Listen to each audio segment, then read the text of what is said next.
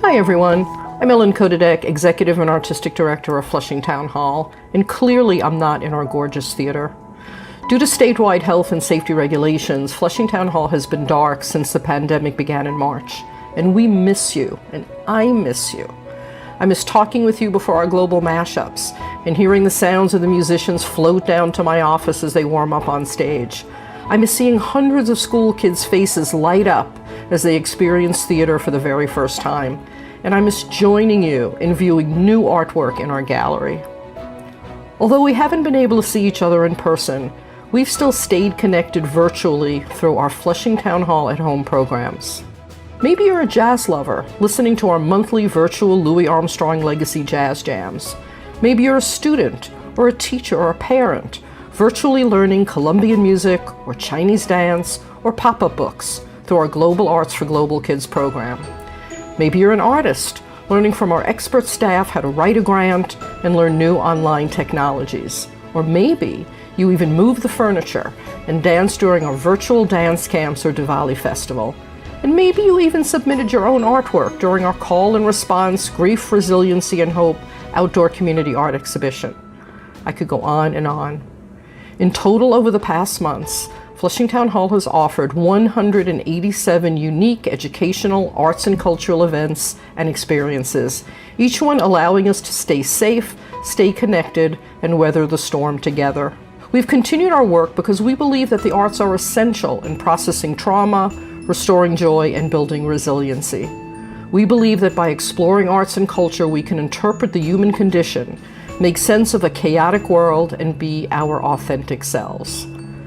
Flushing Town Hall knows that you believe that too, because over 25,000 of you have joined us online from your living rooms throughout New York City. In Flushing, Forest Hills, Manhattan, Brooklyn, the Bronx, and Staten Island, in Long Island and upstate New York and Connecticut, and even from Italy, Australia, New Zealand, Germany, Guyana, and the UK. So thank you. Thank you to all the incredible jazz musicians who recorded music in their garages and submitted it to our jams.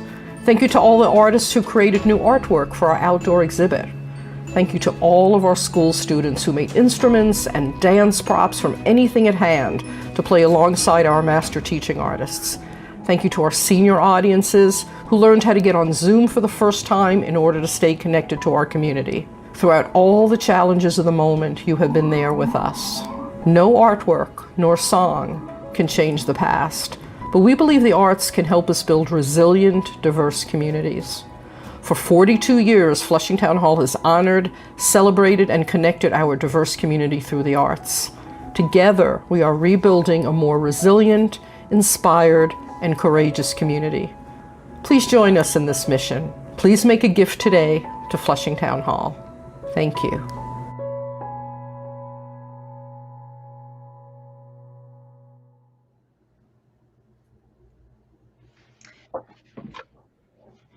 Hello and welcome to the third concert in the Lioness Women in Jazz concert series with Flushing Town Hall at Home. I'm Amanda Monaco. I'm the Executive Director of Convergence Arts, which is the nonprofit committed to sharing the art and fun of improvisation with the community at large.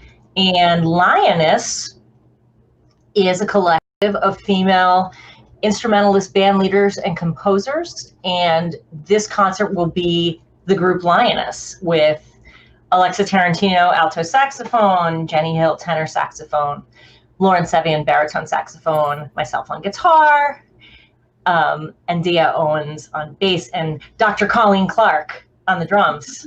So we're joined today with Lauren and Dr. Clark and Jenny. I'm sorry, just, you know. Gotta say doctor. You gotta say doctor. You earned that. I'm just saying, you earned that. And so we're gonna kick off the program with a song I wrote in memory of my dad. My sister wrote the lyrics. It's called Jelly. Nobody's gonna sing it this time around, but I will tell you the story of how Jelly came about. So many, many years ago, gosh, over 20 years ago now, my sister had this boyfriend and they were really in love, but they just kept breaking up and getting back together. And they had their reasons, but they really did love each other and they really wanted to be together. And so my sister asked my father for dating advice, and my dad, in his East Haven, Connecticut accent, said, "Look, you know what you want, but you get a little confused. It's like when I go to Dunkin' Donuts."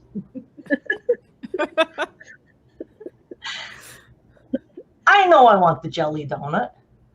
And I go to the counter and I order my coffee, and I see the cruller and I see the Boston cream. So I order the cruller and I eat the cruller, and something's not right. I go back up to the counter and I order the Boston cream, and I eat the Boston cream. And that's when I realized that all I really wanted was the jelly. And my sister and this boyfriend are celebrating their 19th wedding anniversary next week, I believe. Wow. Yeah. So we're gonna start with jelly.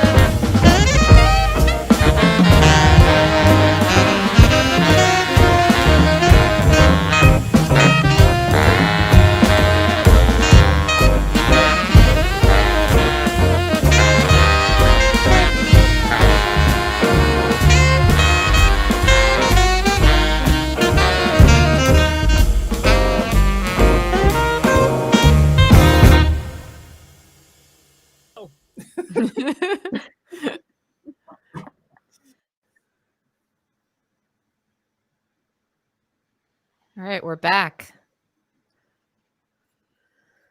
So that was Jelly. You heard that a couple times over. And once again, we're Lioness. We thank you very much for joining us this afternoon. It's a pleasure to play music for you via the internet. So we appreciate your patience with a couple of technical issues that we had. So the next composition is a tune of mine entitled Down for the Count. It's actually a contrafact, which in musical terms is a piece of music that is written over a set of chord changes of a particular tune or standard. So this one is written over John Coltrane's Countdown, hence the title Down for the Count. Hope you enjoy it. 1, 2, 1, 2, 3.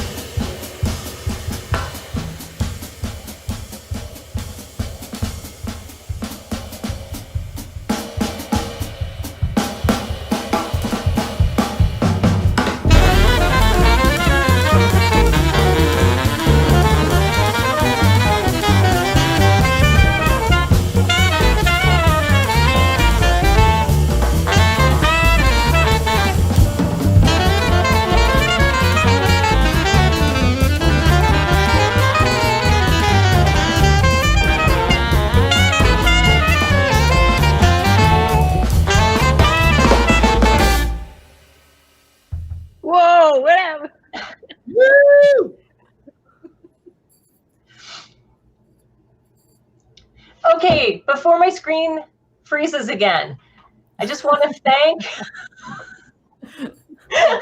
Okay, so the Lioness Women in Jazz Concert Series is made possible with funds from the Decentralization Program, a re-grant program of the New York State Council on the Arts, with the support of Governor Andrew Cuomo and the New York State Legislature, and administered by the Queen's Council on the Arts.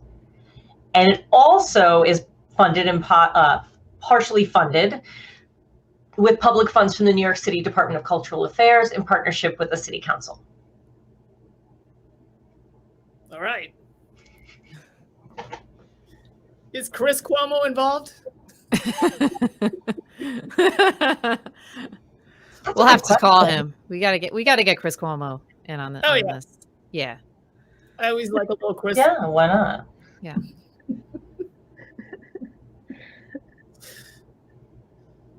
What's next? So the next tune features the wonderful Jenny Hill on tenor saxophone. It's a tune I wrote after I heard the Bill Evans trio album Sunday at the Village Vanguard for the first time. And I was like, this is amazing. Bill Evans is amazing. Oh my gosh. Ah. And I called it Sweetie. Hope you enjoy it.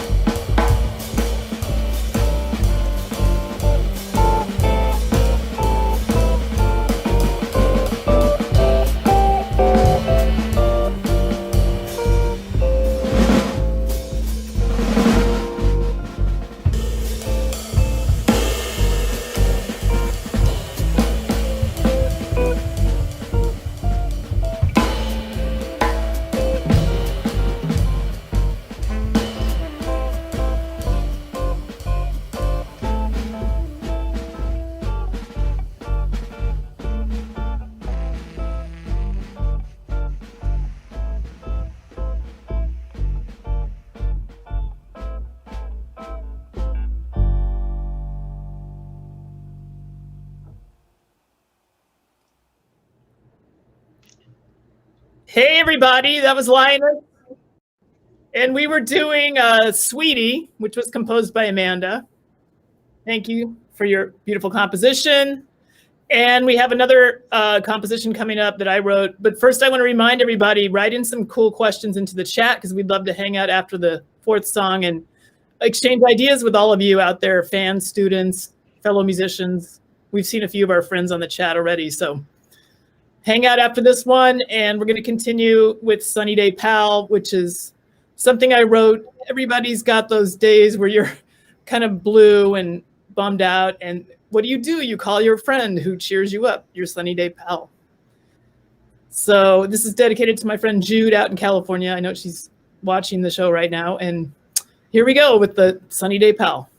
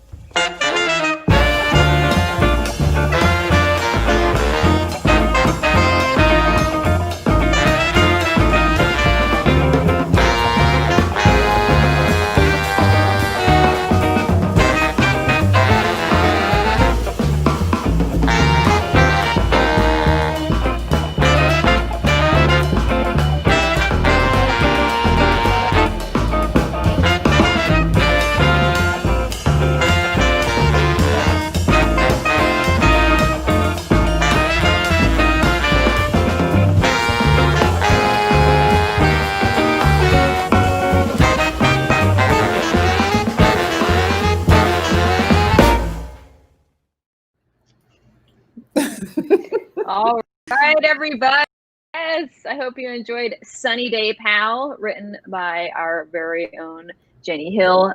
It's a sunny day here. We hope it's a sunny day, even if it's not literally sunny, that you're having a sunny type day from us at Lioness. We want to take the time to, again, thank all of you. Thank Flushing Town Hall, everybody at Flushing Town Hall, Ellen, Steve, Sean. You've made this such a positive, easy experience for us. We know it's hard work on your end. It's too much electricity for my brain, so we really appreciate it. It's one of my rules. I try to stay away from electricity. So that's that. And then I want to take a minute to reintroduce the band before we take some questions. So you heard from Alexa Tarantino on the alto saxophone. You heard, yeah, give her. We'll do it. We'll do this together. Yep. You heard from Jenny Hill on the tenor saxophone and composer of Sunny Day Pal. Yeah, Jenny. Thanks. We heard from Lauren Sevian on the baritone saxophone, and of course the composer of Down for the Count. Yep. And we heard from Amanda Monaco on the guitar, composer of both Sweet Tea and Jelly. Yeah, Amanda. Woo! And then our amazing bass friend India Owens was featured on just about every tune. Thank you, India. My name is Colleen Clark. I hope you've had a lot of fun with us. We've had a lot of fun together. Thank you, Dr. Colleen Clark. Thank you. So we want to take the time now to check out the chat, take your questions, and we're here for you. We're really excited to hang out with everybody. Okay. All right, I'm going to pop in here. My name is Steve Mecca. I'm the director of production here at Flushing Town Hall. See some questions coming in, so I'm going to just read them off for the ladies here. And let's see. First, we have Noah. I want to say it's Behrman. Noah Behrman. He says, in a utopian world where gender justice were no longer an issue in jazz, would Lioness still assert its all-female nature? I.e., are there ways that female energy is inherent to the music itself? Got to start off with a really hard question, huh, Noah? Any takers on that? Well, I'd like to jump in and say that I think we're very supportive of each other as musicians.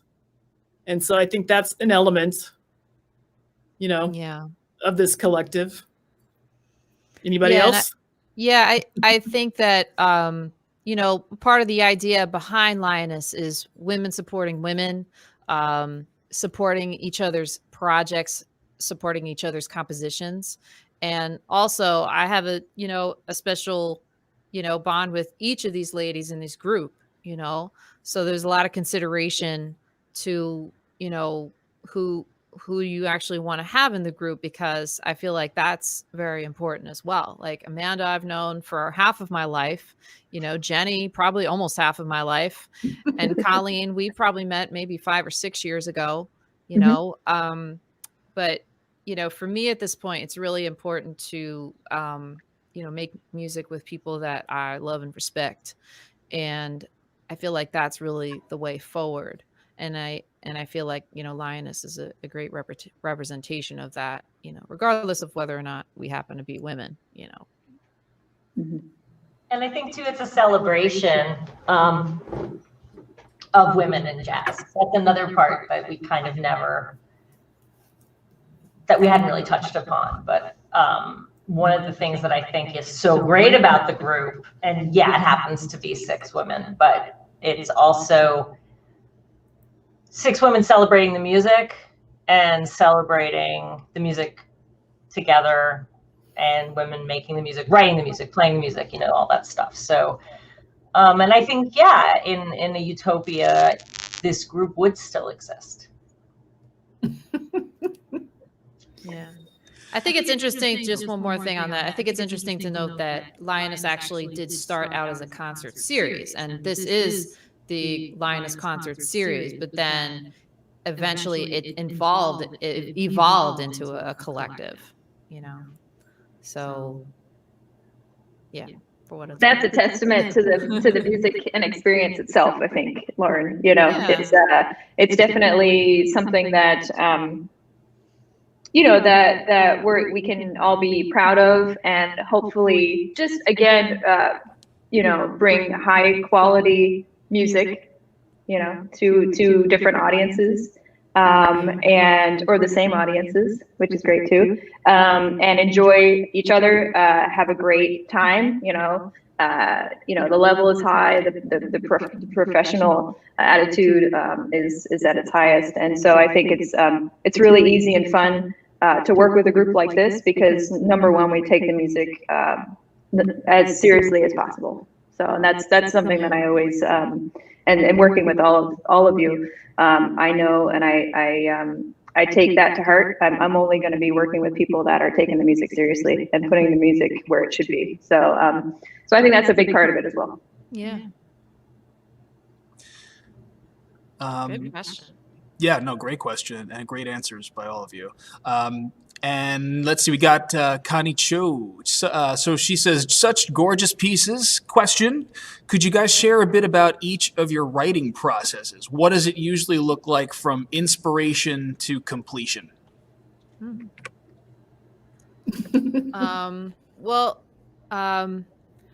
I guess for me, I mean, I have like a process that I sort of typically follow, which is I tend to write from my instrument. I mean, you know, sometimes I'll have just sort of something in my head, but in general, it comes out of improvisation. You know, that's why I feel like improvisation is really one of the most important components of this music, because it does lend itself to composition. And something that I discovered in that process is that, oh, if I write a song on my instrument, then I don't have to actually learn it. Does that makes any sense? You know, because it's I'm literally playing it already. So and that's really most of my process comes from writing for my instrument. Occasionally I do sit down at the piano and work out some harmonic stuff, you know, first, and then my melodies tend to be not as you know, a little bit more not as involved, you know.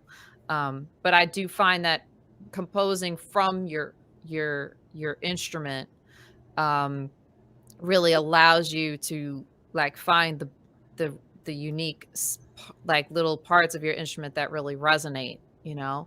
And something that is written on piano might not necessarily translate to the baritone sax, you know. So that's sometimes the, you know, predicament I guess I would find myself in when I was just exclusively writing from the piano. So for me, I always suggest, if you're feeling stuck, to, you know, consider writing from your instrument if you're not doing that already. And also I try to write a little bit every day. I don't expect to, sometimes the ideas are just coming and I'll just write a tune and be done with it. But a lot of stuff, I mean, I've actually gone back to a lot of songs that I wrote, you know, 10, 15 years ago and started to rework them. So I've been in the process of doing that the last like year or so. Tunes that I thought were just, oh, this is junk, you know, this is, just throw this away. No, actually, if you think it's junk, hang on to it, because years later you may rediscover it and you just needed to tweak it in a few spots. And then, you know, it just winds up being a great tune. Mm-hmm. So those are a few of my, you know, I guess the few components of my compositional process. That's great. That's great. How about you, Amanda? I have a bunch of different compositional techniques that I turn to when I want to write something. I tend to work best under pressure. I actually even have a song called Deadlines Looming that's on my second album. But also, when I studied composition in grad school, one of the things that my composition teacher, Mike Holliper, made me do is he made me write tunes in the style of different jazz composers. So I wrote my Wayne Shorter tune. I wrote my Benny Golson tune, for example. And then there's a great book called Steal Like an Artist by Austin Kleon. I don't know if you've ever seen that book. It's just like this tiny little book. And it in one of the chapters is write the music you want to hear. So sometimes I'll approach composition from that angle and say, what do I want to hear? What am I going for? And that's guided me a lot too. Very nice, very nice. I'm just going to reiterate the question for anybody who has tuned in again. We're talking about what your writing processes look like from inspiration to completion. So let's go to Jenny next. How about you? Well, I get inspired usually by either nature or weather or something external first. Then I think about the mood, whatever I'm trying to express musically, and then the style of the music. So that would bring about the harmonic choices. Like if it's like, for example, Sunny Day Pal is kind of a happy song, so I didn't want to get too crazy with the harmony. It's a very basic harmonic structure. Some of the more intense songs have thicker harmonies and upper structure triads and all that kind of advanced composition skills. And I even have one song that's only 4 bars and 4 chords. It's an African-based song. I call it my shortest composition, 4 bars. There's many layers of melody, one on top of the other. So it's called Jurassic Flute. And, you can just indicate, whatever expression or feeling you're trying to transmit to the audience. It can be just set up by the feel of your tune, the harmony of your tune, and then the melody of your tune. It should be a singable melody that people can latch onto. And also mood. You might want to have a really angry, dark tune for those moments when we're sitting around in the pandemic. Then you might want to have a relaxed tune that you would listen to in the evening when you want to chill out. So for me, it's about mood, matching the harmony and the melody. Very nice, very nice. I could say I was singing Sunny Day Pal after mixing it yesterday while I was making dinner. Yeah, especially the ending, that repeated ending. And finally, and last but not least, Colleen Clark. What does songwriting look like from inspiration to completion for you? I write what I hear in my head. And so a lot of the times I dream and I have music in my dreams. And so I have my phone and I record. I'll wake up and sing the melody or whatever I'm hearing into the voice memo app, and then I transcribe it later. Lauren has played my tunes, so Lauren knows I've got some pretty interesting dreams going on. Indeed, and an odd meter. Yeah, odd meter dreams. Yeah. Oh man, that's a whole other thing. Yeah. So I think piggyback off of what my bandmates have said. Absolutely to those processes. For me, it's just literally what do I hear in my head, and I then move from there. And if it depends on what it is, but I could base the full structure off of this little idea, or I typically just sit down and compose until I'm done. So it's usually, it can be 2 hours, or it could be when I had a little more time, it could be 10 hours just sitting and writing and orchestrating. And I get very, I'm goal oriented. I sit down and want to finish something. So that's how I've approached things. I also am really influenced by whatever I'm listening to at that moment. So whether it be, I'm not always listening to jazz. And I also think that jazz is a global music. We are fortunate that jazz and its roots had to do geographically with the United States of America because of where New Orleans is, and because of the port, and because of all of the different cultures that were coming through that port, through the slave trade at the early 1900s. And so I think that especially when we're teaching jazz too, It's okay to embrace global or non-American sounds when we're composing. So if I'm thinking non-American, non-United States of American, if you want to think of it like that, if you're influenced by South American rhythms, or if you're influenced by music of the Caribbean, Sunny Day Pal is this Caribbean groove, right? And so I think don't be afraid of whatever you're listening to. That is going to influence you, and write down what you hear in your head, and you're good to go. You just got to find people that can play it. So, Lauren. Yeah, I remember. I was like, oh, okay. Very challenging, but beautiful music. Thank you. It was great. Let's see. Next, we have Crystal Gaynor, who says, "You're all such accomplished musicians. Do you ever have days when you struggle with a piece of music?" I feel like I know the answer to that already. Any advice, though? What's the advice there when you struggle with a piece of music? Can I go real quick? Yeah. So I got two things. The slower, the better. Okay, the slower the practice, the better. And I say this as a person of my age.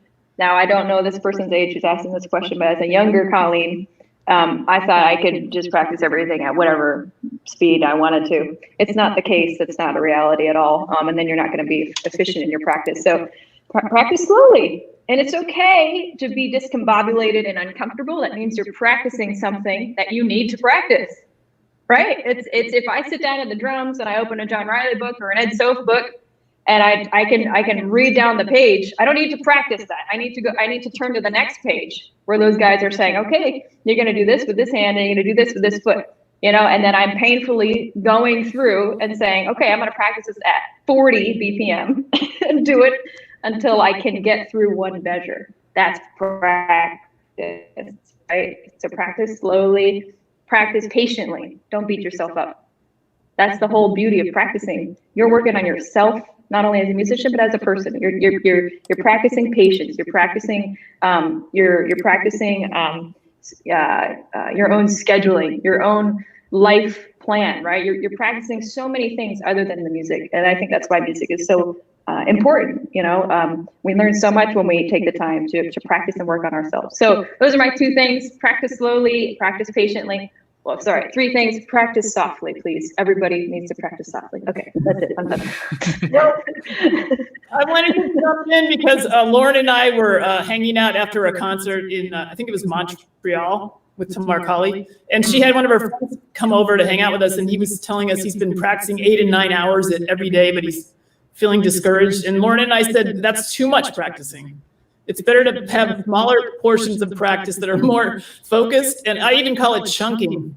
I'll just take a piece of music that's really difficult and chunk it. I'll break it into small pieces and work on it for 30 minutes. 30 minutes of very intense concentration is better than 8 or 9 hours of, I don't know what your friend was doing, 8 or 9 hours in a row, because you can really space out on the 4th or 5th hour. But you remember that?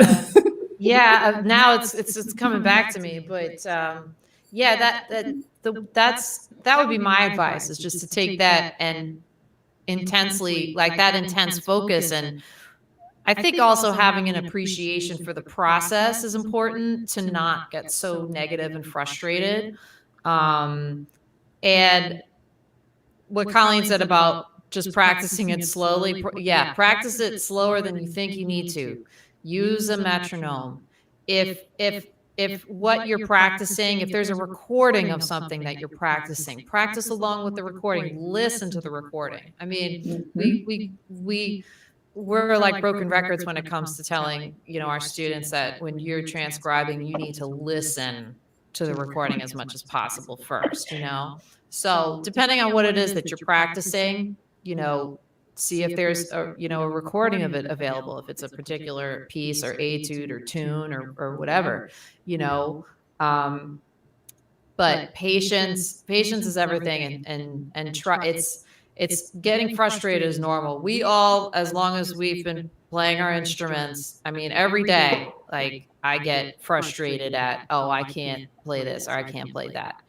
This is typical and doesn't go away. The second it goes away, you might as well put your instrument down because, you know, I think the overall philosophy too is just that we're always all students of music.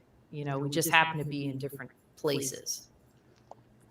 So the frustration is normal. During these times of COVID, it's been kind of consoling to practice for me because, like, maybe before COVID, I was too busy running around rehearsing and doing gigs and teaching, and then now, if I'm sitting around getting bummed out about the pandemic, if I just practice, I feel so much better. Yep. Takes it into a better headspace.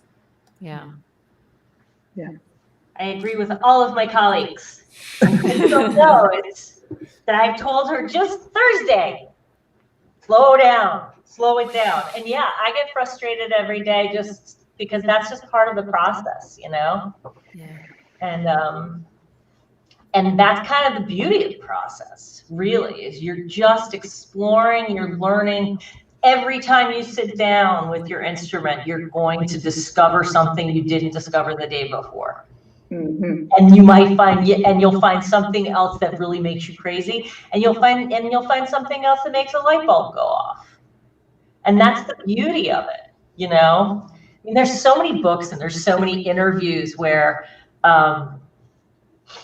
you know, like music books I'm talking about, where one that comes to mind is The Advancing Guitarist, where Mick Goodrick says, okay, so now do this for 20 years. Yeah, the rest of your life. Yeah, and I think I haven't listened to it yet, but I'm pretty sure that, like, in the Berkeley Guitar Department has a podcast now called Coffee Talk, and I believe it was Professor David Tronzo who's like, yeah, so take this concept and go work on it for 20 years. So, like, these are just things that never end, you know? I mean, isn't that great? It is. One of the things with the pandemic for me was, like, so, like, I've always had this thing with my picking hand. It's just always been like, you know, and being stuck at home and teaching all the time. I think I'm finally working on it. Although, like, I'll think that I have it, and then I'll just take the pick and I'll move it, like, just ever so slightly. I'm like, well, should I? See, and I've been playing guitar for 35 years, so, like, there's always going to be something. Yep. It's very so valuable, all of you. It's I mean, I'm a player as well, but, like, you guys are, like, light years ahead, and it's really cool to hear all that. We have one more question, I think, from Noah Behrman again. Noah. He says, let's see, speaking of COVID, he says, folks have talked during COVID about rebuilding a better world when we come out the other side. How would you like the jazz scene to look once it rebounds? Any opportunities for positive change? Definitely. I think people are really going to appreciate live music so much more. We were kind of losing the value of live music in the last 10 years, and I think it's going to hit. A lot of people are going to really want to be in a room where people are doing art, music, drama. You know, it's going to really be important. I'm really excited to get with Lioness, actually, specifically, to do more outreach in the schools, in the community, you know, get stuff together, you know, that brings people together. Yeah, and I think if the clubs can survive, they're going to be packed. Yeah. I think I might have said this in the Q&A from the first concert that we did, Steve, where the first time I heard live music, so Lauren and I, our last gig was March 12th. And I heard some music. I hadn't heard live music until I believe it was August or July or something. And I was in a park in Long Island City, and I heard like a trad jazz brass quartet. Nice. And I started ugly crying. Like it moved me so much. I had my mask on, and I was you know, that kind of like where you just can't control yourself. And I waited for them to stop, and I kind of just, I was so moved. So I think that when audiences come back, we should all the clubs should probably have extra tissues. Yeah. You know, everybody's ugly crying. Like, that's a lot right now. Oh my God. Yeah. Yeah, I think that unfortunately, we've seen the downfall of some of our favorite clubs. And if people aren't in the know about that, the Jazz Standard has closed. Birdland is having a hard time. So our clubs are seen really got a gut punch, and so and it's so interesting because, for example, the Jazz Standard, we all have our favorite clubs, sure, Jazz Standard by far was my favorite club for many reasons, but I think the biggest reason was because of the different types of music that I was exposed to there. Anywhere from seeing Lauren with the Mingus Band to seeing Daphnis Prieto to seeing Maria Schneider every Thanksgiving, to seeing Danilo Perez, to seeing Ed Simon, all these people I wouldn't have been able to be inspired and influenced by if I hadn't had those live experiences. So that being said, that's gone for now. But I have a really good feeling that there are so many young people that are invested in helping the arts because of what we've gone through with COVID, and because of what we've gone through with COVID, with what we're doing right now. I'm a talking head, right? I'm Michael Scott from The Office. I'm just talking on a screen, and I think that screens, they're wonderful and helpful in so many ways. I've been able to be connected with my students at North Texas, my students here at CUNY. That's wonderful. But I think we're really going to cherish being in the classroom, meaning the live classroom, the clubs. We're gonna reopen some clubs. We're gonna open some new clubs, right? We're gonna have this new vibrant scene that is going to be ignited by all these young people that are really excited about, reinvigorating everyone to be dedicated to the arts and going out to see live music. So I'm really excited. I have a lot of those students in my classes. They're just so inspiring, and they're so ready to go and help and play and be hanging and do whatever they can to make sure that our music doesn't go anywhere. And if you think about it, our music has gone through a lot. So we can handle this. We're going to make it. And we're all going to be hanging out soon. We're all going to be in a basement playing music for a lot of people very soon. A lot of our students, our friends, our families, whomever, our new friends that we're going to make. So I think it's this experience has had its really negative effects on so many people. But I think because of that, we're going to come out of it even more positive, excited, and stronger, and with louder voices advocating for the arts. And it starts with Amanda and her work and Lioness's work, and so I hope that everyone watching and listening, hopefully if you are inspired by this and want to help out, that you do your part. Well, also, I did notice some talk about creating a minister of culture in the cabinet with the new administration. And for a lot of us, we've been sponsored by other countries. I can't tell you how many times I've played in Europe and Brazil because they have a ministry of culture and they put up money to bring musicians to perform for their people. I mean, it's crazy. The United States has no ministry of culture. And it's bizarre. I mean, we're dropping the ball here on the arts. Yeah, there needs to be, I mean, I definitely feel like there's going to be this, self-motivated renaissance, if you will. But I do feel like, Jenny, you're so right. Like our government needs to step in and do something, and especially as jazz musicians and as, the only true original art form here, come on. Like, it's just ridiculous. I mean, if other countries are, invested and appreciative of it, we need to have the same, respect paid to us here.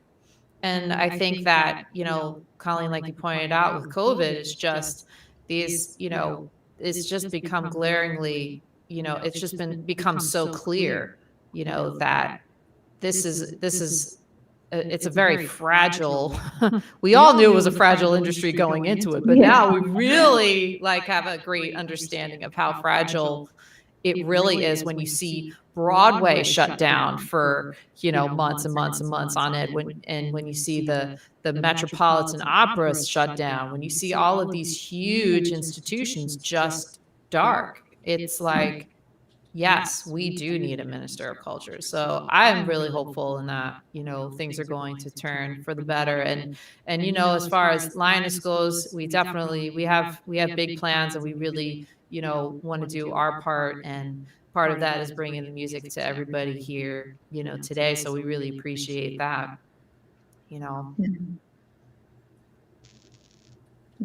That's great. I think we have time for maybe one more. We only have, it looks like Bobby McDermott says, I see the great Sherry Miracle.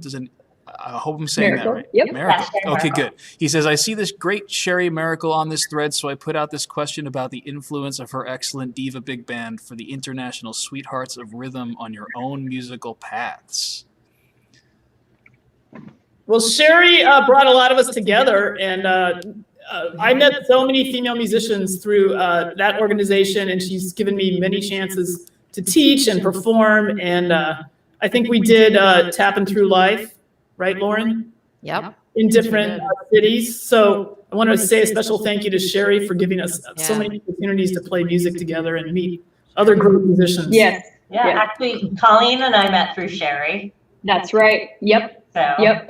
And for folks that don't know, Sherry is a drummer and band leader, composer, arranger that leads the Diva Jazz Orchestra. And Sherry, I met Sherry when I was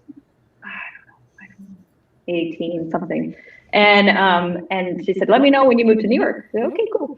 So I moved to New York, and I go to Dizzy's to see Diva. And she goes, "Cece, you need a job." I'm like, "Absolutely, I need a job. I just got here." And Sherry is just like that. She helps everyone, and she hooks us up with teaching opportunities, with playing opportunities. She's a true advocate for musicians and for bringing together female musicians in particular. And really, I wouldn't have met Amanda without doing a gig for Sherry. And I wouldn't have met actually any of the early, like my early folks that I met was I can pretty much tie it all back to Sherry at some point. So, it's, and the connection to the International Sweethearts of Rhythm. I mean, there of course is an obvious connection in that the International Sweethearts of Rhythm was this for folks that are just really quickly that aren't hip to this yet. When in World War II, when men went off to war, there became all these vacancies in big bands, right? So women had this wonderful opportunity to play in big bands because everyone was at war. And so there was this pop-up heyday of female big bands. And then the International Sweethearts of Rhythm was formed during this time period. And actually, the great Catherine Russell's mother was in that band. And so we have a lot of really neat connections to our women in jazz lineage in the modern day. And so I think that Sherry, igniting that in all of us has really helped us on and off the bandstand, truly. So thank you, Sherry, for everything you continue to do. We wouldn't all be be here without you. That's true. Jenny, I think, didn't we meet in Diva? Isn't that how we first met? It's possible. Like I was subbing on a rehearsal. Yeah, I think I might have even been playing alto or something. Like we were sitting next to each other, but I think that might have been. But yeah, I mean, aside from, I have the same experience as far as Sherry. Like I did when I was maybe like 20. I went on a tour with the Diva band for like 4 or 5 week tour, and at that age, and really, I was still in school at the time. I was able to take off from school to do the gig and just to be around all of these women that were just incredible, musicians and people. Like the experience of that was just, it was so powerful because it literally was just showing me like you can do this, and there are people like you don't have to do this alone, you know. And there are people here that will, you know, support you and be there for you. And I thought, you know, that was really cool. And definitely these relationships, these connections, it's just such a huge part of this music, you know. And so I am very, very appreciative, you know, of that. Well, I think I'd like to speak on behalf of Flushing Town Hall and thank you guys for doing this. Ladies, I want to be correct about that, but thank you all for not only contributing your talents, but your insights in what it takes to support that kind of talent that you have and that you're willing to put out in such a weird time. So thank you, ladies, so much. There have been no more questions coming in. We still have 46 people watching right now, 46 dedicated people watching. So very dedicated. Thank you, Awesome. everybody, for continuing to watch. Please, please like the channel. Everybody, the entire band's links have been posted in the top of the chat. Make sure you go and support them. Please support Flushing Town Hall. And ladies, I'd like to give you the last word. This is your show, but I'm here because we had a glitch and I had to read questions. But thank you again, and we'll see you on the next one. Thank you so much. Thank you. Yeah, Thanks, it was great to be here with all of you. Thank you so much. Stay safe out there. Stay safe and healthy. And we'll see you in person very soon. Yes. Music Yes. essential. Keep supporting live music. Yes. We're live. And Yeah. now we're not. Now we're going. Bye. Bye. Thank you.